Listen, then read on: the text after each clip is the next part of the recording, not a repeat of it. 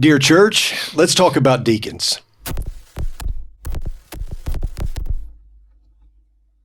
Hello and welcome to the Dear Church podcast. I'm your host, Chris McCurley. I've got with me my regular co-host, Jake Sledge, and my good friend, Chad Dozier, who also is one of our deacons at Oldham Lane, but some other connections. Your family has been on this program. Blake has been on here several times. Blake Dozier, our youth and family minister, is your brother, if you claim him today.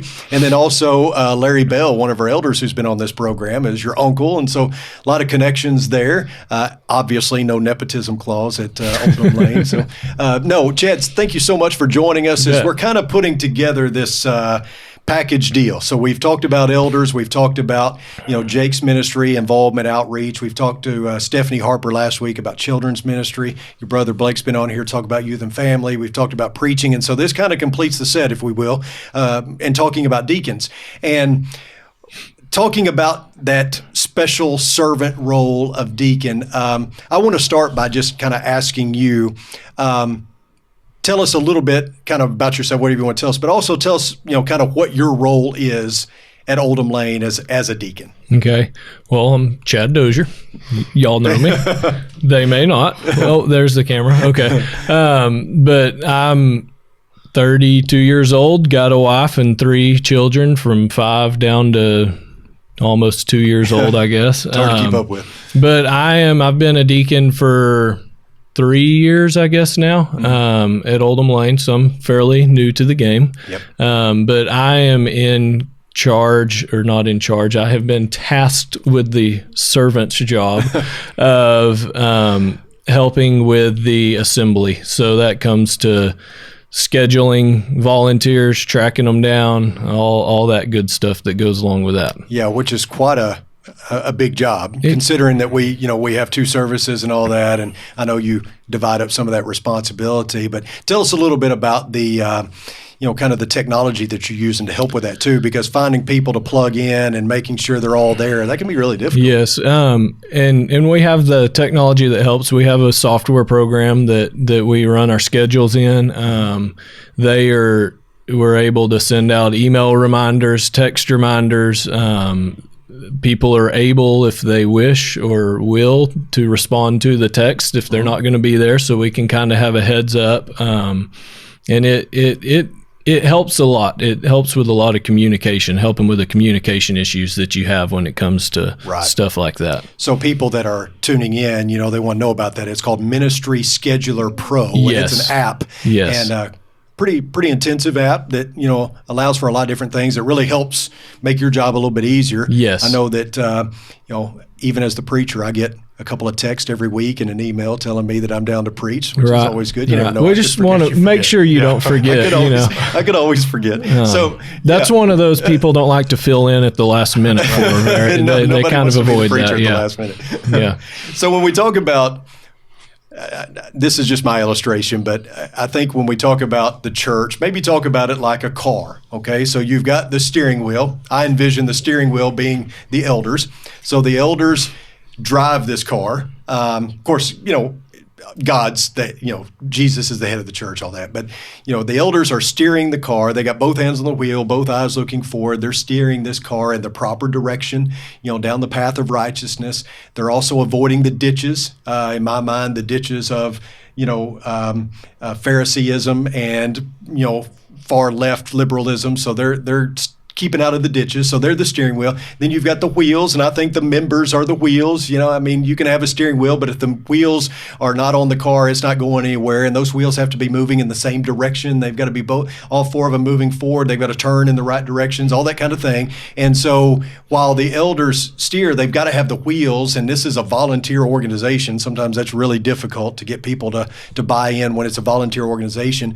Then you have the preacher, and, many people wonder, what does the preacher do?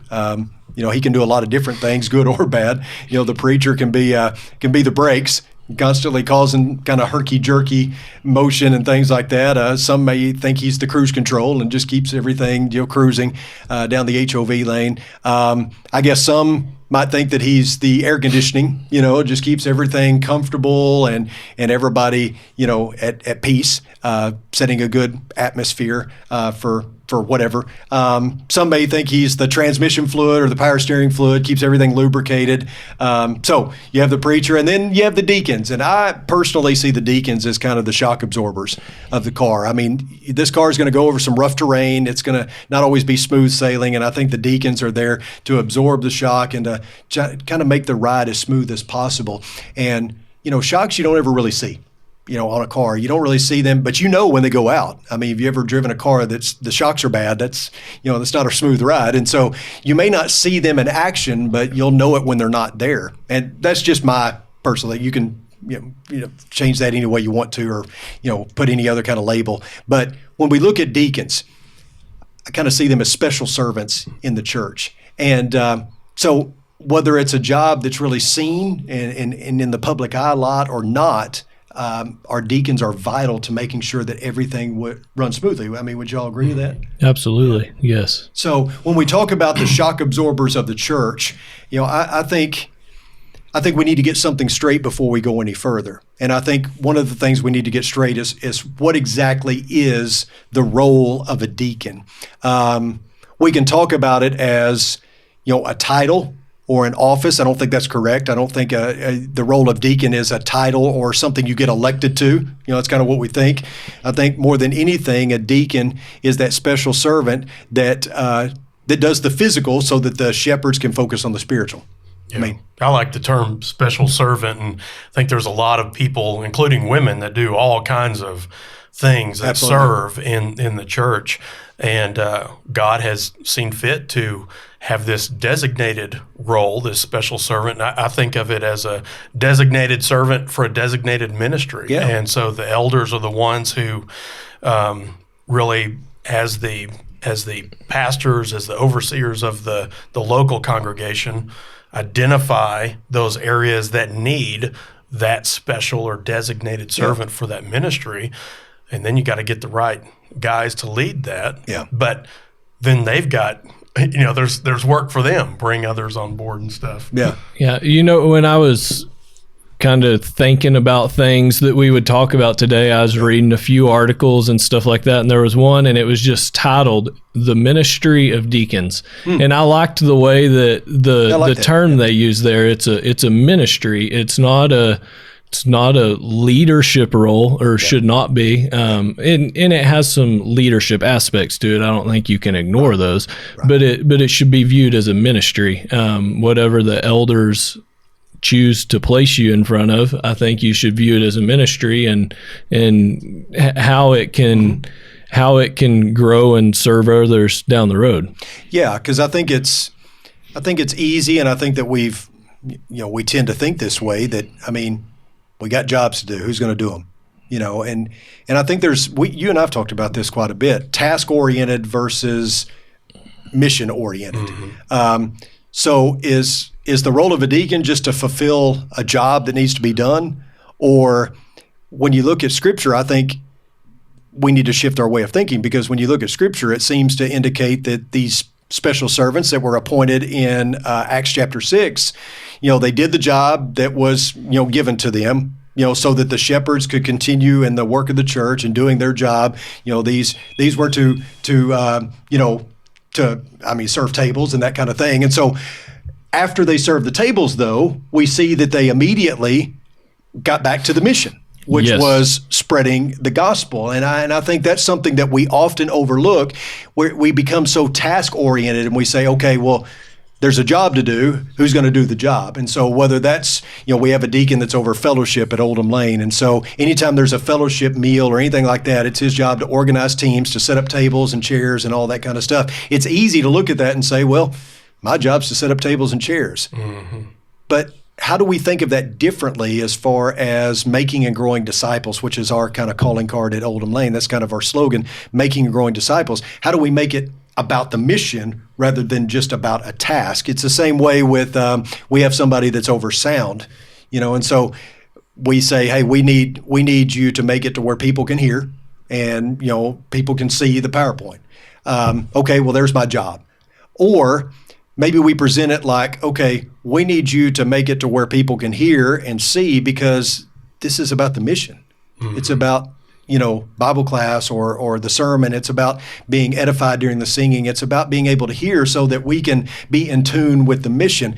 It may be semantics, but I think it matters when you tie everything back to the mission or the cause, right? Well, you don't want to miss an opportunity. Yeah, absolutely. Sound goes out and someone might not hear a great point that you make. And so it's about not, points, occasionally. If you were to make one. That occasional every other Sunday where there's a good point made, you want to make sure they hear it. Don't want to miss a chance. That's right. Yeah. Well, the person that unlocks the building, that person at this time is not one of our, is not a deacon. The person that prepares communion, regularly, that's not a deacon. Right. It could be a person who's a deacon and does it. But what if someone never unlocked the building? Yeah. Well, now we get to the why of why and I think that's the behind every mission or even task related to the deacon's role is why unlock the building? Well, so that we can assemble together. Yeah. Why prepare communion? So that we can partake in the Lord's Supper. And so like in Chad's role, and his is a really good example to look at because it's behind the scenes, but also public, and it also has such a breadth to it in terms of everything, the far-reaching nature of it and all the people involved. So his is not about just plugging in guys to get up and do things or go do this and that. It's facilitating worship. Yeah.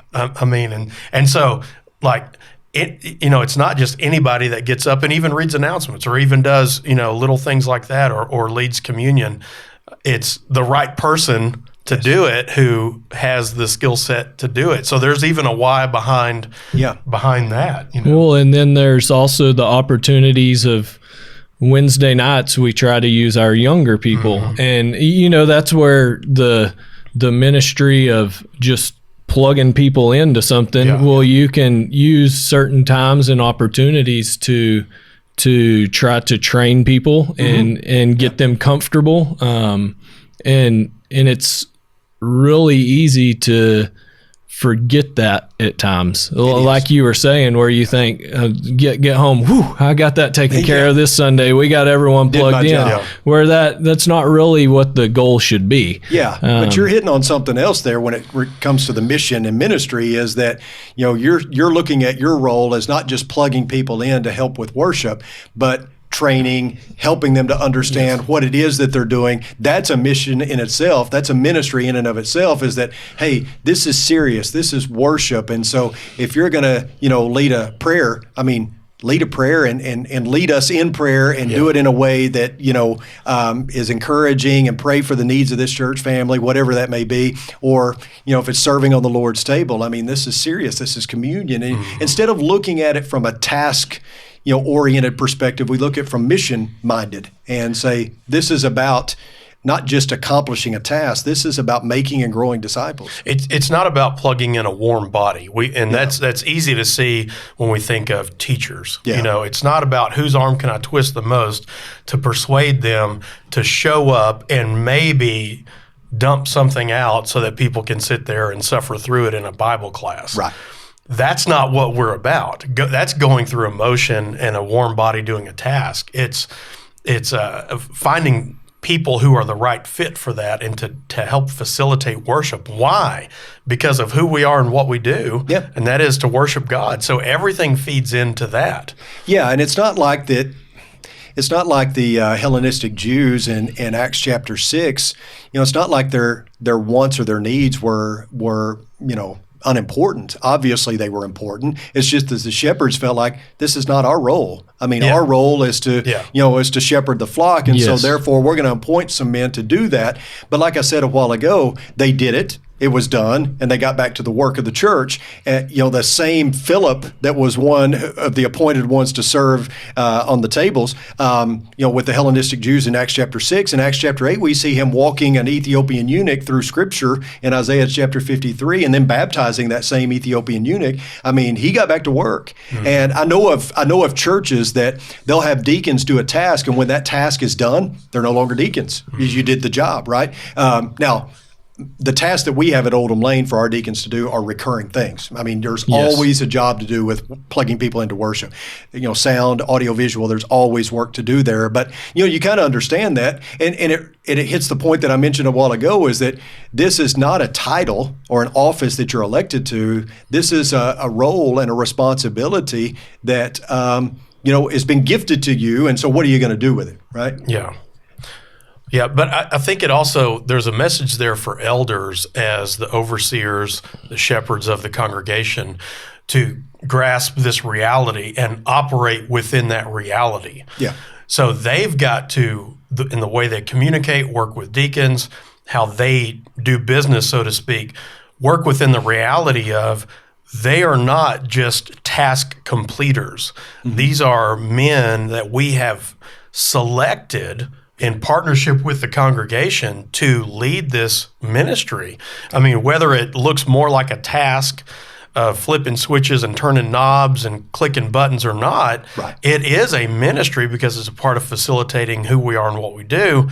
And so then operate with that reality, and that they are a special designated servant leading a designated ministry, and not just go do this task or that task. And then I'm a shepherd over that guy or those guys, helping to do, doing their ministry. And so it makes me look at the perspective is different, and that relationship is different. And so, and so deacons can buy into that all day long.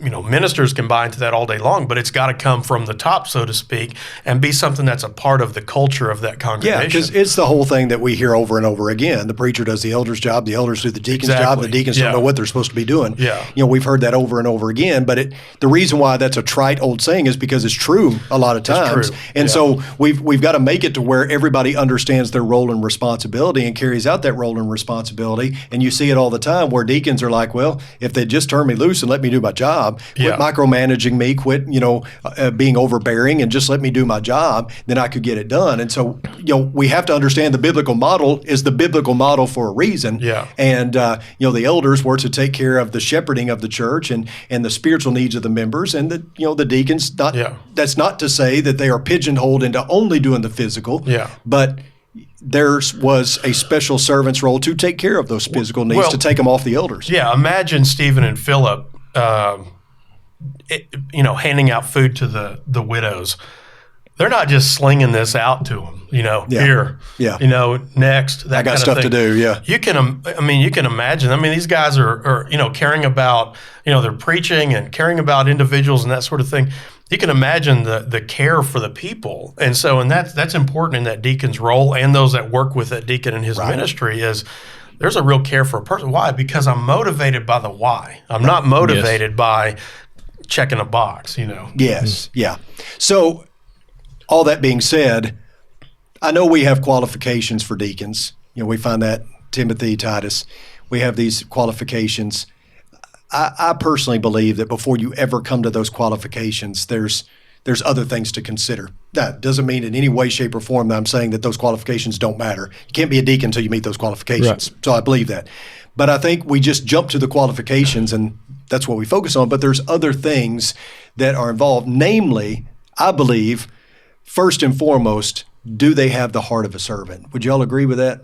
I mean, if you don't have the heart of a servant, I don't care if you meet the qualifications. I don't care if you manage your household well. If you don't have the heart of a servant, who cares, right?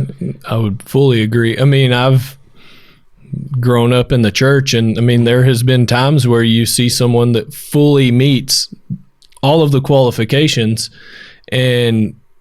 but they don't have the willingness to serve or the heart to serve, and it's doesn't accomplish much. No, and I talked about this in sermon a couple of weeks ago. We were talking about servanthood, and I said, if you only work in the nursery because somebody broke your will, or you only teach the junior high class because somebody guilted you into it, don't do it. Our kids deserve better than that, right? Yes. And so we. Just to serve because you feel like, well, it's, I'm a Christian, I got to do something. No, we want you to have the heart of a servant. And you touched on it earlier. I think others take it because they see it as an honor or a level that they have reached, and that's the wrong reason to do it as well. Not for show. Yes. Yeah, or not for the accolades or the credit, because a lot of these things we're talking about are thankless jobs. Steve Brown does our sound and our audio visual. That's a thankless job in any church, because you're only going to hear when it doesn't work or when it's not great. And there's other jobs like that. So if you're only doing those because you want the credit, well, good luck, because there's a lot of times you're not going to get it. You're not going to get it. You only get the credit when something messes up. When something is messing up, I do. I think that I want our deacons, and I think we have some great deacons in Old Lane. I want our deacons and elders too, but to be Spirit-filled, Spirit-led men. I want them to be people who exhibit, love, joy, peace, patience, kindness, goodness, faithfulness, gentleness, and self-control. I think that comes before all the qualifications, because, that shows me that they're Spirit-filled, Spirit-led, and that they're going to be people who are invested in the work of the church, not because it's a duty or an obligation, but because they just want to serve. They just want to be a part of something bigger than themselves. Would y'all agree? I mean, yes. And so, go ahead. I'm sorry. I think there's two parts to having the right heart, or there's at least two characteristics in there, and that is initiative and attitude. I think someone who, like Chad was saying, they may have all the qualifications, but they just don't want to. There's no initiative. Yeah. And that initiative to look and see what those needs are. And how can I grow this? How can we better meet needs? And the software that we use to better schedule people and keep them in the loop and help make the workload work smoother, help things work smoother. That's initiative. Yep. We hadn't always done that, and that hadn't always even been available. Yeah, that's a good point. But you've got to have some initiative that comes from that heart and willingness to serve. But now I've got a responsibility in this ministry, so where do I need? And I want to make it better. I want to make it better, so I'm always looking for that. And we're not picking on elders. We're always encouraging elders. They have also a thankless and a hard job, but elders have to provide that freedom for those deacons to just go at it. Of course, with overseeing and shepherding, that sort of thing. But there's another part of that, and that's attitude. Mm-hmm. Does this person have the personality and the attitude that people want to work with? And Chad's an example of our deacons that, we have so many great deacons. If you ask them, do they want to be on your team? Do they want to work with you? Are you a team player with elders and ministers and everybody else? Because that's a whole bunch of people that have to work together, and you got to have the right attitude. Being a grouch is not a spiritual gift, no. and so we want to make sure that they are somebody who plays well with others, so to speak. I think when we look at the heart of a deacon, I think Jesus set an example for all of us when he washed feet. And, and he said, I do this as an example to you. The problem with washing feet, though, is it's not a fun job. It's, feet stink. It's not, it's a pretty menial task, which Jesus was using that for that very reason, to show that there's no task too low for him. Don't you think that's a part of this too? When we talk, you kind of hit on it with initiative, but don't you think that's part of this, that the heart of a servant, the heart of a deacon needs to be one that's willing, whatever the job is. It may not be a spotlight job. It may not be one that brings me a lot of glory, but I'm willing to do it because I'm about something that's bigger than me. Yeah. Yes. So when it comes to serving as a deacon, I've got to be willing to do whatever that is, lowest of low. And, Well, I kind of, if you don't mind, I kind of wanted to highlight, I think for the benefit of people watching and listening, Chad has just had this, and currently has this experience, in his lap, where he's got to adjust things with how we do communion and how we're doing things talk related a little bit to about that. responding to the coronavirus and being safe and all that. So, if you don't mind, kind of hit the highlights of how you've had to adjust that whole big program that you do to make things work. Pretty abruptly this week, the virus has kind of taken off, and so everyone's making precautions, and so we had to sit down this week, and we changed the way we did communion. We changed the order of service. We changed the volunteers, and we packaged our communion in personal packets to try to help with germ spread. But it was just everything had to be changed and kind of done on the fly. But like y'all are saying, when you have elders that are good with helping with that and people that are working with you, it makes it it really was not a big deal. It went very smoothly and worked very well. And I think we're blessed with the people we have to work with. But when it comes to stuff like that, well, and people that want to work with you, obviously. Yes. I mean, we had 5 people up there that showed up Saturday to help package communion cups. And that was just among us. If we had put that out for anybody to show up, we would have had a bunch more. Yes, too many people. Yes, exactly. It would have defeated the purpose of trying to stop the spread of the virus. Too many people. Well, but there are some folks who, if it's even a suggestion where, hey, how would you feel about if we made this change? Well, I just won't do it then. That's totally got to be my way or I'm done. Yeah, that's totally the wrong attitude, because just like in every other part of life, I mean, in church life too, things come up and you gotta adjust and adapt. And so those people that's why you're a special designated servant. You got to be able to see the road ahead, lead, adjust, adapt, and care about the people. Yep. And all of that helps provide a culture of a caring church, an attentive church to our members, to our community. I think that's really important. I don't think, serving the widows, was probably a very attractive job to anybody. I don't think anybody's probably... Well, you even have a language barrier. Yeah, I don't think anybody was probably sitting, any of those men were sitting back going, oh, I hope they pick me for this, because this seems like a really high-profile position that I want. But, that's what it's about. Somebody that says, well, I just don't really want to do that. Well, who cares? Mm-hmm. Moses didn't want to lead the people out of Egypt. Gideon didn't think he was a valiant warrior. There's a lot of people who didn't really sign off on what God wanted them to do. They just knew they needed to do it. And there are jobs like that in the church. There are certain, tasks that are there that, maybe we don't feel like we're equipped to do. Maybe we don't want to do them, but the shepherds come to you and say, we need you in this ministry or this role or responsibility. And, a servant's heart says, okay, I'll do my best at it, And that's what I appreciate about our deacons so much is, I can try, That's all we need from you is just to say, I'll give it my best shot. Mm-hmm. But this idea that you're going to do it my way or I'm done or, that's not the heart of a servant. That's right. Yeah. Something else that we talk about is, I mentioned this already, the size of the task is irrelevant. I said that servants do everyday tasks with equal dedication and that small tasks often show a big heart. In other words, no task is beneath you.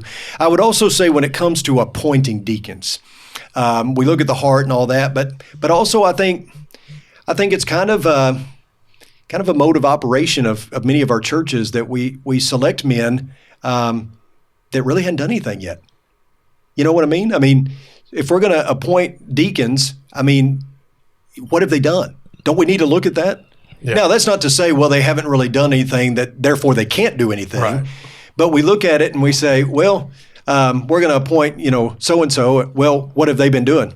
I don't know. Yeah. It just seemed like they would be good. Isn't that part of this too, in the selection process? That they've shown themselves to be dedicated to doing, certain tasks or anything that's asked of them, I would absolutely agree. I agree. Yeah, I think Chad's area is a good one because he works with so many guys that, we need to be mindful of and intentional about a leadership pipeline. And so there's guys that Chad works with now or will work with in the future that are going to come along and maybe replace him, and he'll be moving on to another area or down the road an elder, or there's no telling. And so who is he developing and teaching by being someone people want to work with, having the right heart, bringing others on board, teaching them and showing them the ropes as he's talked about. And then one day they may be a deacon in another area, in his area or something like that. Right. And in fact, we just added someone else to work with him because it's growing. And so, going to what you said, Scott Shockey that works with me now, but he did that to me as I was growing up. Yeah, that's a good example. I grew up in college. He started saying, "Hey, you want to help me line up these people?" Hey, and so I feel like he put some effort into kind of training me and getting me to the point to where when it was time to step up, okay, you're qualified now to be a deacon and or appointed, then I was ready to. I think that's a big reason reason why that was one of the roles I was given to head over is because I'd been helping Scott with it for 10 years. And he did a good job of getting me ready to handle that. Right. And I think that's what we need to be doing with the people. Training the next generation. Servants, the next leaders, whoever that may be. Yeah, I think that's a good point. And I think that it should be said, it should be, at least hit on by us for at least a moment here, that just because you're not assigned the role of deacon doesn't mean that you don't have something to do. I think you mentioned a while ago, our women do so many things. There are so many jobs and responsibilities. You don't have to wear the title. You don't have to be designated a deacon to do those things. Champion the cause. I mean, if there's something that needs to be done, dig in and do it, right? My ministry would be horrible if I didn't have the people that help me out every Sunday. Yes. I mean, it would be impossible. Yeah, you have so many people that don't have that, that official title, so to speak, of deacon that help you. And I think that everybody has a task to do. I think Paul's clear about that in 1 Corinthians 12 and Romans 12. I think everybody's got a task, everybody's got a job, and if you're not pulling your job your weight, then everybody else is having to. And certainly that's something that needs to be stressed. Well, and there's guys that don't want the title of a deacon for whatever reason. I mean, there's two that I know of. One I work with a little bit more, but they've both said, I want the workload of a deacon, or call me, let me know what I can do to help. Yeah. I just don't want the title of a deacon. For whatever reason, that's okay. But the heart is there to, I want to serve, I want to work. Right. And so you don't have to have that title. So there's, and part of the job of elders, and I know in my role and in others, is to help find places. Because there's needs, we got to identify them and get them fit plug people in. Yeah, and help and encourage deacons. Expand your role. Just because that's your title doesn't mean you have to be the one doing it all. Look for somebody come in and do that one thing on a routine basis. Yeah, delegate. Yeah, and they would love to do. You think no one will want to do it, but they would love to do that one thing. Yeah, one of the scriptural qualifications is he manages his household well. Yeah, we've got many fine folks in the congregation that could step in and serve, but they're single. They hadn't been married. They don't have kids. Manages his household well, kind of adheres within that idea that he's a family man, he's a husband and a father and all that. Well, I mean, you're a single servant. You can still do a lot. There's still plenty. I mean, so we don't want to present this as if, if you're not a deacon, you really don't have a lot of opportunity, nor can you really contribute much. Absolutely the opposite of that. The Greek word's the same, just used in different contexts. Exactly. Diakonos, just used in different contexts. So, Chad, anything to add to our discussion about deacons? Just made me feel guilty, like I need to do a better job, but I'll work on it. Which is exactly why we brought you on the show. Y'all just were going to put me on the spot. Exactly. Huh? Okay. Yeah, I want to make you feel like you need to do more. Yeah. No, that was our grand plan all along. No, we are blessed at Oldham Lane to have some wonderful men. And so many churches, really struggle to find that next generation of leaders. And I think we've got, I think we're very blessed that we've got some other guys that are ready to step in and to serve as elders and deacons. And that's a good place to be. But so often what happens is a guy becomes an elder with no training. Yeah. I'm an elder. Okay, so what do I do now? And all they know is I used to be a deacon. So I'm going to revert back to that. And that's why we have this problem with, preacher doing the elder's job, elder doing the deacon's job, deacons not knowing what to do. And so I think delegating, bringing them along like Scott did with you and training and things like that is so vital and so important. And getting them to see the why, the bigger picture, that this is not about the task as much as there's always a task to do. But more than that, it's about the mission. Yeah. Well, and if you don't do it, if you don't have that foresight looking down the road, you look up one day and you need an elder and you don't have anybody because you hadn't prepared the ground. Right. You need deacons and you don't have anybody because you hadn't prepared the ground for it. Cultivate the soil. And then grow them inwardly. I think of it like baseball. You have farm clubs, and those farm clubs are meant to grow your prospects so that they're ready someday to play in the major leagues. And it's kind of the same way at Oldham Lane. At any church really is, you've got your farm system. and with our young men, bringing them along, training them, those guys that are almost ready, so that they can be plugged in and do a task and maybe be elders someday. I mean, I think that's what we're doing. I think that's what we're looking at. Yeah. We want to thank everyone for watching today. We appreciate you so much for tuning in. We ask that you spread the word about the Dear Church podcast. You can find us on Spotify and iTunes, as well as here on Facebook and YouTube. And of course, if you have questions or comments, please email me at chris.mccurley@rippleoflight.com. As always, our guest, we can send the email to them. So if you have a question for Chad, we can certainly pass it along to him, and he'll do his best to answer it, or not, or not. Or if you have a really difficult question for me and Jake, we'll send it on to Chad too. There you go. Answer it. No, we thank you so much for joining. Until next time, may the Lord bless you and keep you. Sincerely, Chris.